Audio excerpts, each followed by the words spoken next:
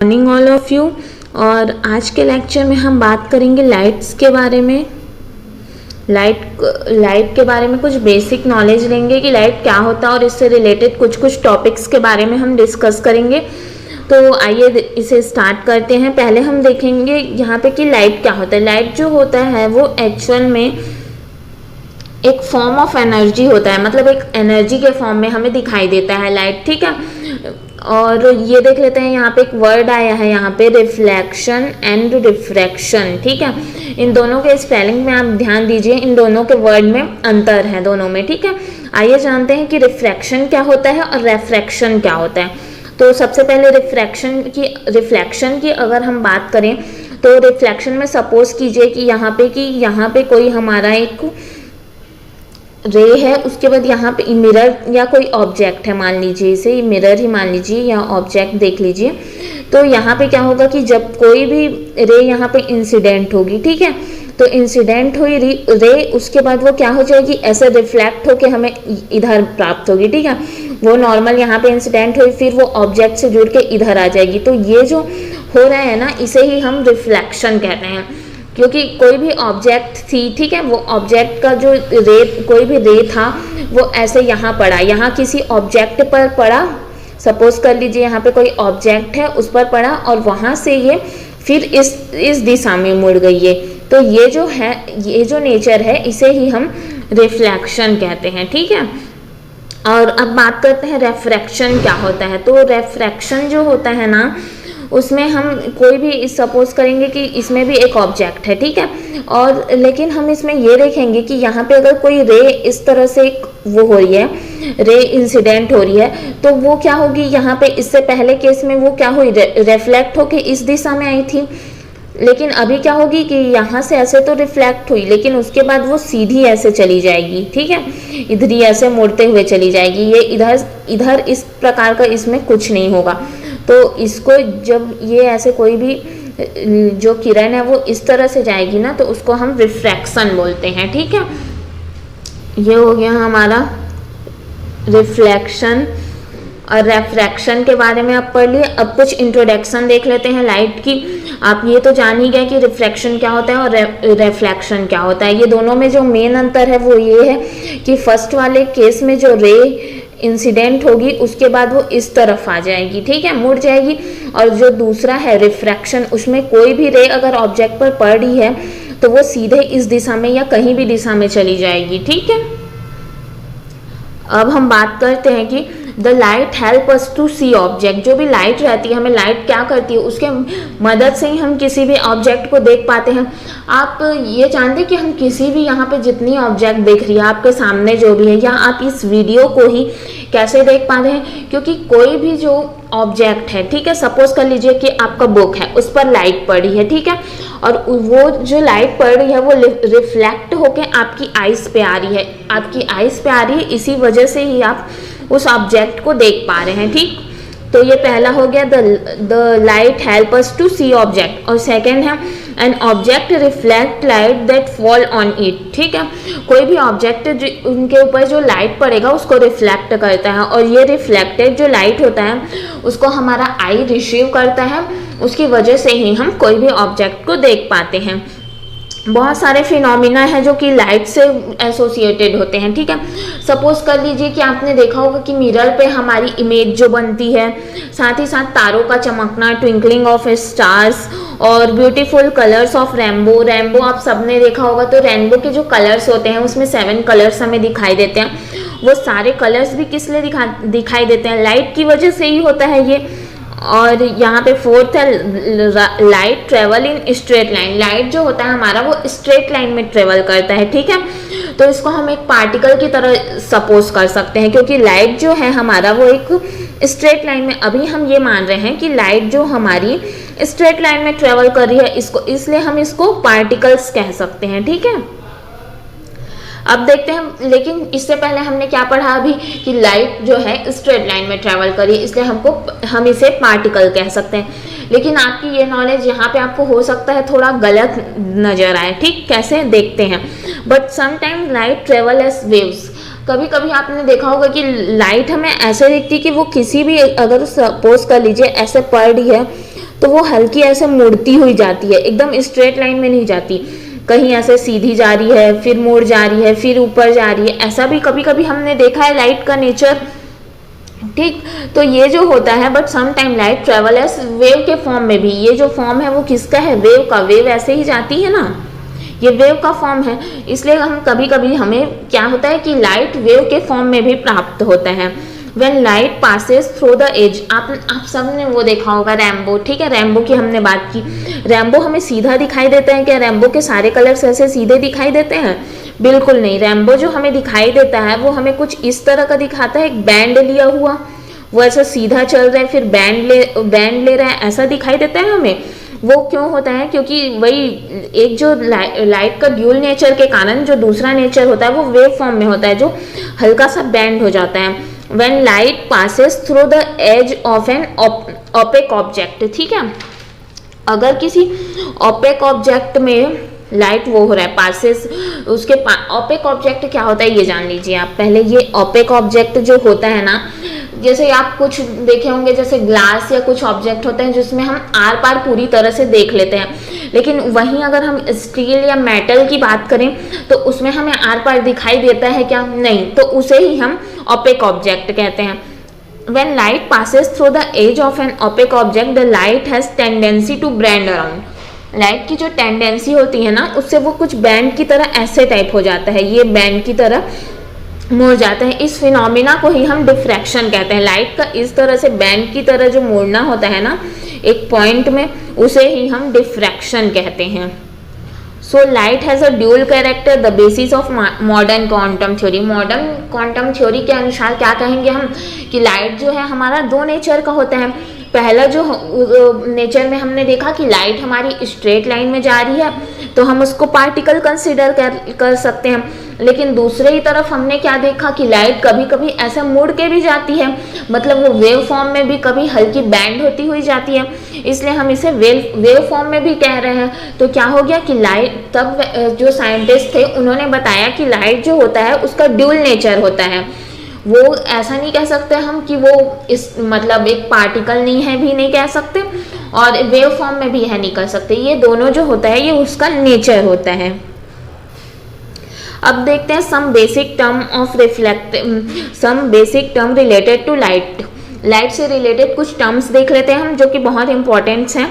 Source देख लेते हैं। सोर्स क्या होता है? किसी भी चीज़ का सोर्स मतलब वो चीज़ जिससे हमें लाइट प्राप्त हो रही है। ठीक है, सपोज कर लीजिए कि आप अगर टॉर्च पकड़ते हैं या आपने कभी मोमबत्ती देखा हो, या टॉर्च का ही यहाँ पे हम एग्जांपल लेते हैं, तो टॉर्च में क्या होता है, ये हमने टॉर्च रखा तो इसकी लाइट जो क्या हो रही है सब तरफ ऐसे कुछ इस तरह से होता है टॉर्च में, टॉर्च के केस में। तो इसमें क्या हो रही है, ये जो लाइट है ये सारी, ये जो है सारे रेज निकल रहे हैं इसमें, और कुछ कुछ टॉर्च के तरह ये जो टॉर्च है यहाँ पे हमारा, ये टॉर्च क्या हो गया, सोर्स ऑफ लाइट हो गया, क्योंकि इससे क्या हो रहा है हमें लाइट प्राप्त हो रहा है, इसलिए हम इसे सोर्स ऑफ लाइट कहेंगे। ठीक है, वैसे कोई भी चीज़ जिससे हमें लाइट जो है प्राप्त हो रहा है, जैसे कि आप देखे होंगे कि सूर्य से भी हमें लाइट हमेशा मिलती रहती है, कभी ऐसा नहीं होता कि नहीं मिले। अगर नहीं मिलेगा तो दिन और रात हो पाना संभव होगा क्या? बिल्कुल संभव नहीं होगा। और वहीं कई ऑब्जेक्ट हैं हमें, जो हम लैंप लगाते हैं उससे भी हमें लाइट मिलती है, लेकिन इसमें क्या होता है, ये ऑब्जेक्ट दो प्रकार के होते हैं। पहला जो होता है हमारा ल्यूमिनियस होता है और दूसरा नॉन ल्यूमिनियस होता है। आइए जानते हैं कि ये दोनों चीज़ें होती क्या हैं। जो ल्यूमिनियस होता है उसमें possesses light of its own. जो लाइट का होता है, जो लाइट हमें इसमें प्राप्त होता है ये स्वयं से प्राप्त होता है। जैसे कि आप सन देखे होंगे, सन किसी और के ऊपर डिपेंड करता है कि अपनी लाइट्स के लिए सन का लाइट जो है वो खुद का रहता है, वो खुद से ही हमें वो लाइट प्राप्त होता है। वहीं स्टार्स की बात करें या लैंप की बात करें, ये जो होते हैं ये अपने खुद के लाइट, खुद जिससे लाइट देते हैं, ये किसी पर डिपेंड नहीं करते। और नॉन ल्यूमिनियस जो होता है receive light from other source, other source से हमें लाइट प्राप्त होगा। जैसे अदर सोर्स मून देख लीजिए, मून में लाइट कहाँ से मिलता है, हमें सन से मिलता है। कोई बुक है या कोई भी चेयर वगैरह, इसमें लाइट होता है क्या? नहीं होता, लेकिन हमें क्या, हाँ इसमें लाइट मिल जाता है ना हमें, इसलिए ये जो है हमारे ये अदर सोर्स से इनको लाइट मिलता है। जैसे कि जो लाइट आ रही है सन से, उससे ही हमें कोई भी बुक या चेयर दिखाई दे रहा है ना, इसलिए ये अदर सोर्स पर डिपेंड कर रहा है, इसलिए ये सब नॉन ल्यूमियस हो जाएगा। ठीक, अब बात करते हैं मीडियम की। मीडियम जो होता है वो मीडियम जो क्या है, हमारा एक सब्सटेंस है जिससे हमें लाइट मिलता है। ठीक है, through which light propagate, light जिससे हमें प्राप्त हो रहा है, वो सारे मीडियम्स कहलाते हैं हमें। ये मीडियम्स जो हैं 3 प्रकार के होते हैं।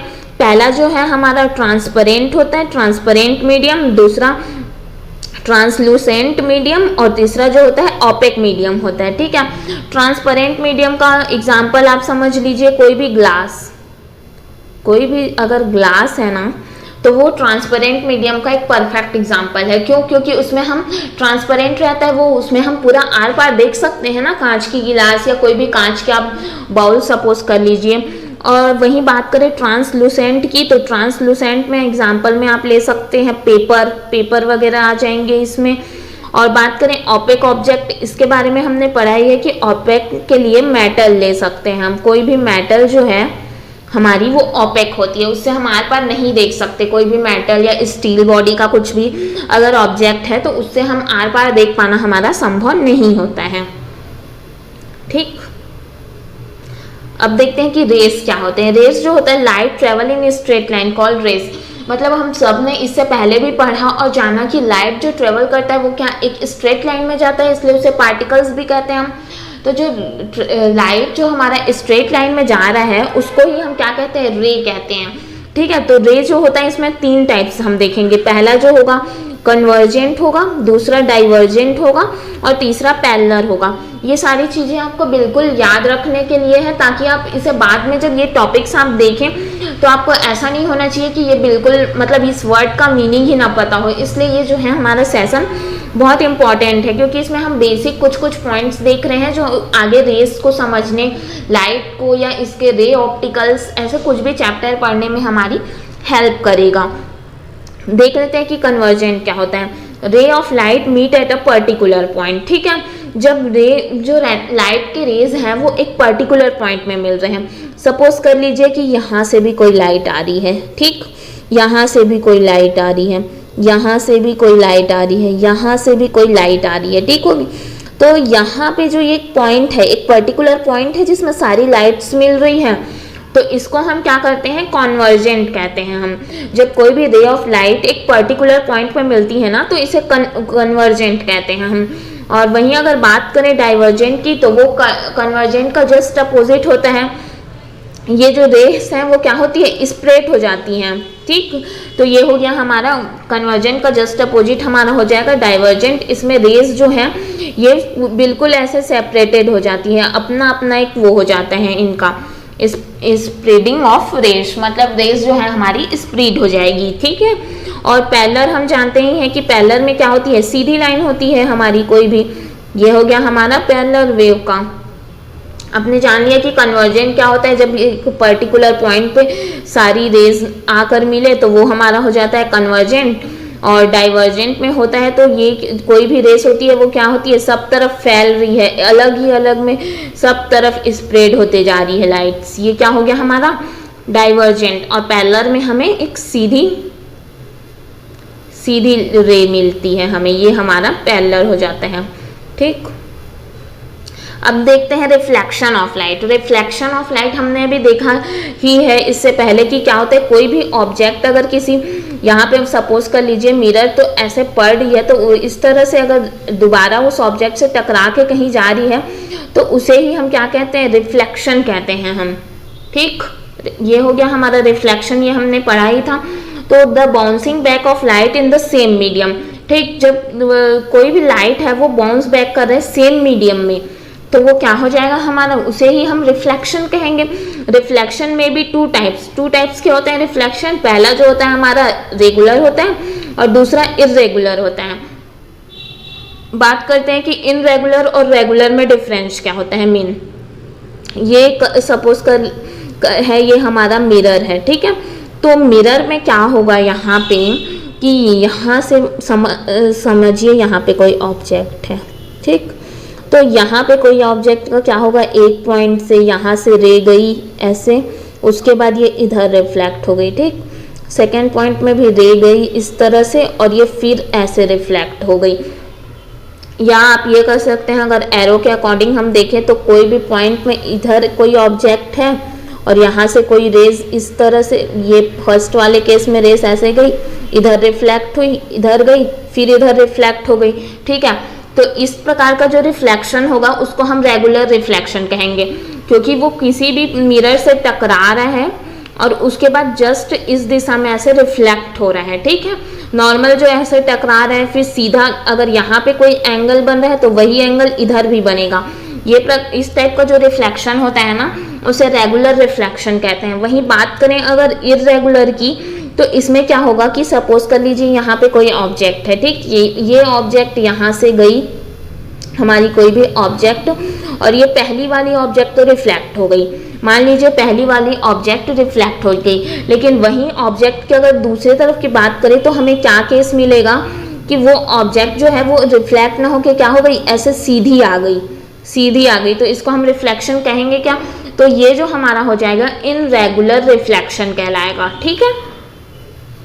जब कोई भी चीज होगा, ये प्लेन मिरर है आपका और इसमें कोई भी चीज ऐसे रिफ्लेक्ट होती है तभी ही हमें उसका क्या होता है, एक इमेज दिखाई देता है। और इरेगुलर में क्या होगा कि हो सकता है कि एक रे जो है उसमें जो एक रे पड़ रही है वो रिफ्लेक्ट हो जाए, लेकिन दूसरी जो सीधी जा रही है उसके बाद फिर ऐसे सीधी हो गई या बैंड हो गई, तो इस प्रकार को हम इनरेगुलर रिफ्लेक्शन कहते हैं।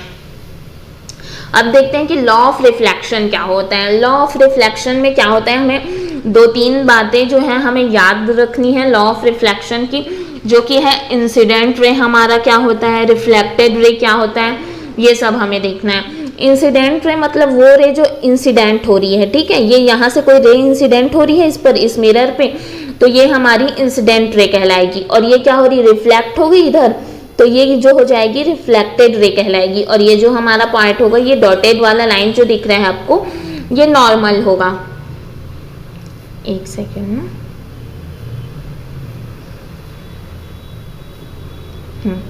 ये जो डॉटेड वाला पॉइंट होगा वो नॉर्मल का होगा।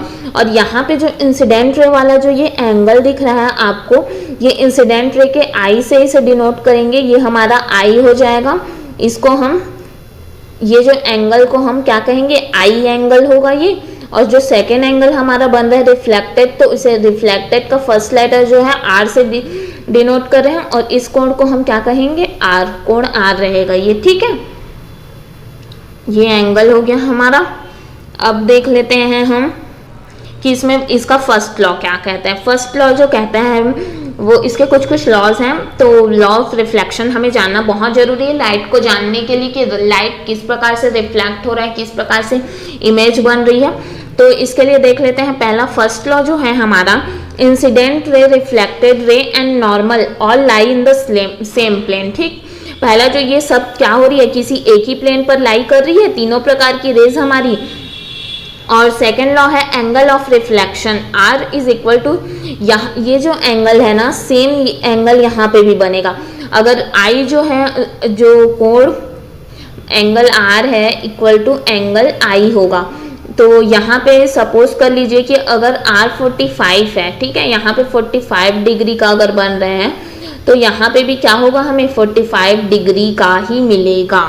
वही कह रहा है यहाँ पे कि angle of reflection r is equal to, angle of reflection r is equal to angle of incidence. ये दोनों एंगल्स क्या होंगे हमारे, इक्वल होंगे, आई और आर की वैल्यू। तीसरा देखते हैं हम, तीसरा जो है हमारा लॉ ऑफ, इसके जो दो लॉ हमने पढ़ लिए, लॉ ऑफ रिफ्लेक्शन जान लिए हमने कि इसमें क्या होता है। ये सब आपने पहले भी हो सकता है पढ़ा होगा, ये देखा होगा, इंसिडेंट रे और रिफ्लेक्टेड रे और नॉर्मल के बारे में। और इसके दो लॉ, मतलब ये जो भी होगी ये एक ही प्लेन पर क्या होंगे, लाई करेंगे तीनों रेस, और इनके बीच का जो दोनों कोण होता है वो समान होता है। ये हो गए हमारे लॉज, दो लॉ। अब देखते हैं हम formation of image by plane mirror. आप सबने देखा होगा कि जब भी आप मिरर के सामने खड़े होते हैं तो आपका सेम इमेज बनता है, ठीक है। आप जितने बड़े हैं उतना बड़ा इमेज आपको दिखाई देता है वहां पर। तो हम ये आज जानेंगे कि एक्चुअल में इमेज कैसे बनता है, एक प्लेन मिरर पर जो इमेज बनता है उसकी बात करेंगे हम। पहले ये आप सब जानते होंगे कि इमेज मतलब मिरर हम कैसे बनाते हैं। मिरर के लिए हम क्या लेते हैं, एक कांच का एक लेंगे, ग्लास ले लिया हमने, उसके एक तरफ क्या करते हैं हम सिल्वर या किसी से भी हम प्लेटेड कर देते हैं एक साइड को। तो एक साइड को प्लेटेड करने पर ही वो मिरर बन जाता है हमारा। इधर जो एक साइड को किसी भी चीज़ से आप वो कर दीजिए पेंट पूरी तरह से, तो ये हमारा पार्ट जो कहलाता है मिरर कहलाता है। ठीक, देखते हैं formation of image in plane mirror. तो आप इसके लिए ये इमेज देखिए और इससे ही हम पूरा समझेंगे। ठीक, ये जो हमारी है ये एक ऑब्जेक्ट है। ठीक, ऑब्जेक्ट क्या हुआ, इस तरह से यहाँ से गया और इधर रिफ्लेक्ट हुआ। फिर सेकंड, ऑब्जेक्ट का दो पार्ट होता है, यहाँ पे कोई समझ लीजिए सपोज एक और पार्ट है, वो भी क्या हुआ, ऐसे रिफ्लेक्ट हुआ। रिफ्लेक्ट हुआ इसलिए क्या हुआ, वो हमारे आई में गया और हमें वो ऑब्जेक्ट दिखाई दिया। ठीक, इसलिए हमें क्या होता है कि हमारा जो भी इमेज रहता है वो हमें मिरर पर दिखाई देता है, पर एक्चुअल में क्या होता है इसके पीछे भी कुछ वो है। ठीक है, एक साइंटिफिक रीज़न है इसका कि ये जो रिफ्लेक्ट हो रहे हैं, ठीक, ये इधर जो हमारे जो ये आई में रिफ्लेक्ट होने के बाद ये पीछे की तरफ अगर इन रेस को हम बढ़ा दें, ठीक है, ये जो आई में रिफ्लेक्ट हुई हमारी रेस, उन्हें पीछे की तरफ, ये डॉटेड लाइन आपको दिख रही होगी, ये डॉटेड लाइन से अगर दोनों लाइन को हम बढ़ा दें तो एक पॉइंट ऐसा भी आएगा जहाँ पर ये दोनों लाइंस क्या करेंगी, एक दूसरे को क्रॉस करेगी। तो यहाँ पे जो क्रॉस करता है ना, वहीं पे ही हमारा इमेज बनता है। ये जो क्या है, ये हमारा मिरर में हमें इमेज दिख रहा है, ये मिरर के पीछे की दुनिया है। मतलब मिरर के पीछे का हमें कुछ दिखाई देता है क्या कि वहाँ पे क्या हो रहा है, बट एक्चुअल में ये चीज़ जो है ना ये मिरर में होती है। मिरर में जो आई पर रिफ्लेक्ट हुआ उस रेस को अगर हम आगे की ओर थोड़ा सा बढ़ाएं डॉटेड लाइन के थ्रू, यहाँ पे आप समझिएगा, तो यहाँ पे जो क्या होगी, एक इमेज बने, ये जो जहाँ पे ये दूसरे को क्रॉस करेंगे वहीं पे ही हमारा इमेज बनेगा। ठीक है, ये ऑब्जेक्ट जितनी भी दूर एक दूसरे को क्रॉस करेगी उतना ही दूर हमारा इमेज बनेगा। ठीक, अगर पास में क्रॉस कर रही है तो हमें पास में ही अपना इमेज दिखेगा, और जितना दूर वो पीछे की ओर, ये जो पीछे है ये इतना इमेज के पीछे का पार्ट है, समझिए आप। तो ये पीछे की ओर एक दूसरे को जिस पॉइंट पर भी क्रॉस करेगी, ये जो एक कोई सपोज एक ऑब्जेक्ट है उसकी रे गई ऐसे, ठीक है, ये हमारे आई पर रिफ्लेक्ट हुई, तब हमें वो क्या हुआ, मिरर दिखाई दिया हमें। लेकिन मिरर के पीछे अगर ये ही रेस को हम बढ़ा दे थोड़ा, तो क्या होगा, ये एक पॉइंट आएगा जिस पर ये दोनों एक दूसरे को क्रॉस करेगी। इस पॉइंट में ही ये जितनी दूर पॉइंट में क्रॉस करेगी उतना ही दूर हमारा क्या इमेज दिखाई देगा हमें। ठीक है, ये मिरर जो हम नॉर्मल देखते हैं ना उसके पीछे का चीज है ये formation of image by plane mirror. मतलब प्लेन मिरर में किस तरह से हमारा इमेज बन रहा है उसकी ही बात किए हैं हमने जाना कि किस टाइप का हमारा इमेज बनेगा। ठीक है, तो इसके कुछ स्पेशल 3 पॉइंट्स हैं। पहला हमें इसमें क्या याद रखना है, पोजीशन याद रखना है, पोजीशन। ठीक, दूसरा जो होगा साइज, साइज, और जो थर्ड वन होगा वो हमारा होगा नेचर। नेचर जो होता है ना, थर्ड जो होगा नेचर होगा। नेचर क्या होगा, नेचर 2 प्रकार का होगा। पहला जो होगा रियल होगा और एक जो होगा हमारा वर्चुअल होगा। ठीक, रियल और वर्चुअल। वर्चुअल में क्या होगा कि एक्चुअल में जो रहता है वो मतलब हम उसे इमेजिन करते हैं पूरी तरह से। ठीक है, वर्चुअल और रियल में यही डिफरेंस रहता है। जैसे कि आप सब मोबाइल में गेम्स खेलते होंगे, तो मोबाइल में गेम्स जो होता है वो हमारे, जैसे हम आउटसाइड गेम्स खेलते हैं, कुछ भी कबड्डी ले लीजिए आप, या कोई भी जो आप गेम खेलते हैं आउटसाइड, उस गेम को ले लीजिए, क्रिकेट या कोई भी गेम है। एक फील्ड गेम होता है जो क्या होता है हमारा, एक रियल गेम कहते हैं हम उसको। रियल मतलब हम वहाँ खुद खेल रहे हैं, लेकिन मोबाइल में जो खेलते हैं वो क्या होता है, पूरी तरह से वर्चुअल होता है, हम बस उसको एक्सपीरियंस करते रहते हैं कि ऐसा हो रहा है। ठीक है, वही जो हमारा वर्चुअल कहलाता है। ठीक है, अब बात करते हैं the size of image is equal to that of object. ठीक, ऑब्जेक्ट जितना बड़े, सपोज कर लीजिए कि आप ऑब्जेक्ट है यहाँ पे, तो आप जितने बड़े हैं आपका इमेज भी आपको उतना ही बड़ा दिखाई देता है। ये हो गया the size of image is equal to the object. Image form by the plane mirror is always virtual and erect.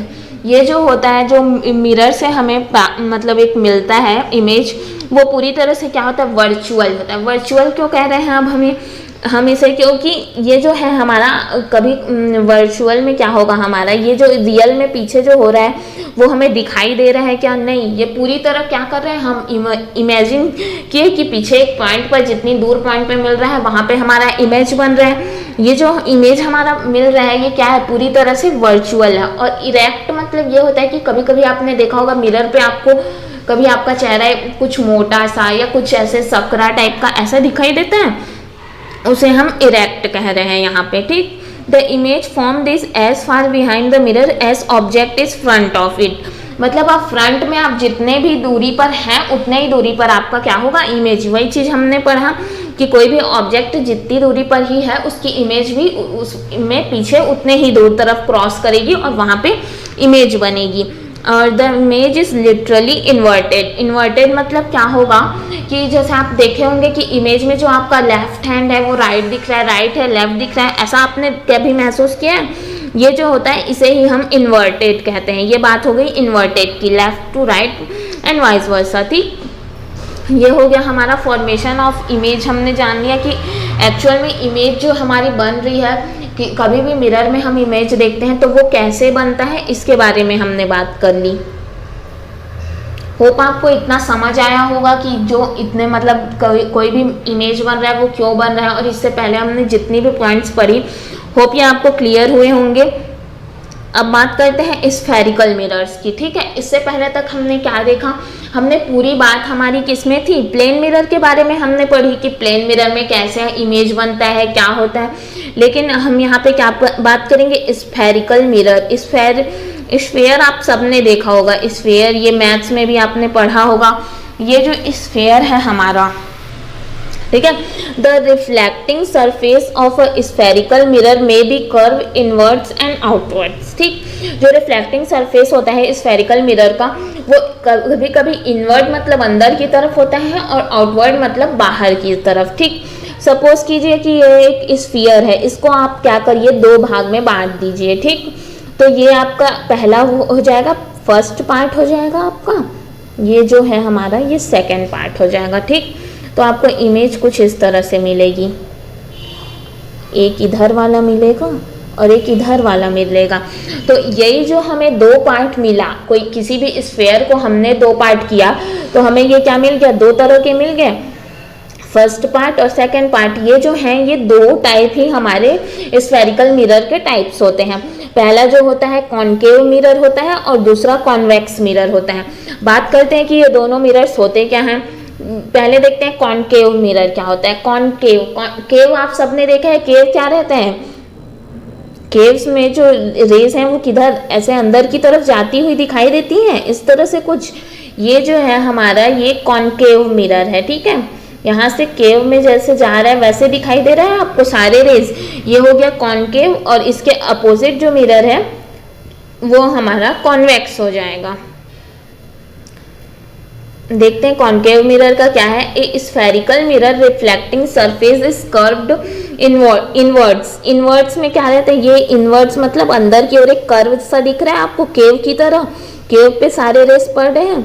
और ये जो यहाँ पे है, ये इसकी सेंटर से जो दूरी है इसको हम क्या बोलते हैं, रेडियस, जिसे आर से डिनोट करते हैं हम। ये हमारा हो जाएगा कॉनकेव मिरर। कॉनकेव मिरर आपको होप समझ आया होगा। ये दोनों बातें बहुत ही जानने लायक या याद रखने की लायक है ना, नहीं तो इसी में सबको बहुत ज़्यादा कंफ्यूजन होता है कि कॉनकेव मिरर कब है, कॉन्वेक्स कब है, या कैसे होते हैं ये दोनों। बहुत लोग इसमें अंतर ही नहीं बता पाते, इसलिए आप इसे नाम से जानने की कोशिश कीजिए। कॉनकेव मतलब केव की तरह जो इधर ऐसे है ना, इनवर्ड्स की तरफ होगा, वो हमारा कॉनकेव होगा। A spherical mirror reflecting surface is curved inwards called concave mirror, ठीक। Face towards the centre of sphere is called concave mirror. जो सेंटर से क्या होगा, इस तरफ हो रहा है, ये सेंटर से हमारे, इसलिए ये क्या हो जाएगा हमारा face towards the centre of sphere is called concave mirror. Hope आपको कॉनकेव समझ आया होगा। इसे समझने का एक और ट्रिक आप रख सकते हैं। जैसे आपने दो पार्ट में इसे वो किया, दो पार्ट में बांटा, तो हमें कैसे दो प्रकार की इमेज, अब सपोज कीजिए आप यहाँ पे एक ऑब्जेक्ट है, तो इसके लिए जो एक इनवर्ड है और इसके लिए ही जो एक आउटवर्ड है, ठीक है, एक इनवर्ड है और आउटवर्ड है, वही जो हमारा क्या कहला जाएगा, वही जो हमारा एक इसमें का इमेज कॉन्वेक्स कहला जाएगा और एक कॉनकेव कहला जाएगा। होप आपको लेकिन ये तरीका सबसे सही है। आप ये केव की तरह याद रखिए, ये केव के शेप में इनवर्ट्स की ओर होगा, वो हमारा कॉनकेव हो जाएगा, और जो इसके अपोजिट होगा वो कॉन्वेक्स हो जाएगा। कॉन्वेक्स मिरर का देख लेते हैं। A spherical mirror whose reflecting surface is curved outward, outward में है इसका रिफ्लेक्टिंग सरफेस जो है हमारा, ये क्या आपको आउटवर्ड दिखाई दे रहा है, आउटवर्ड में पूरा ये हमारा क्या हो जाएगा, surface curved outward is called convex mirror, ये हमारा कॉन्वेक्स मिरर हो जाएगा। होप आपको समझ आया होगा कि कॉन्वेक्स और कॉनकेव क्या होता है। अगर आपको कोई भी डाउट हो ये इस टॉपिक से रिलेटेड या इससे पहले हमने जितनी भी लाइट के बारे में बेसिक पढ़ी उससे रिलेटेड कोई भी डाउट आपको हो रहा हो तो आप प्लीज़ हमें कमेंट सेक्शन पर बताइए, हम आपकी पूरी हेल्प करेंगे। और अभी तक अगर आपने हमारे चैनल को सब्सक्राइब नहीं किया है तो प्लीज़ सब्सक्राइब करिए।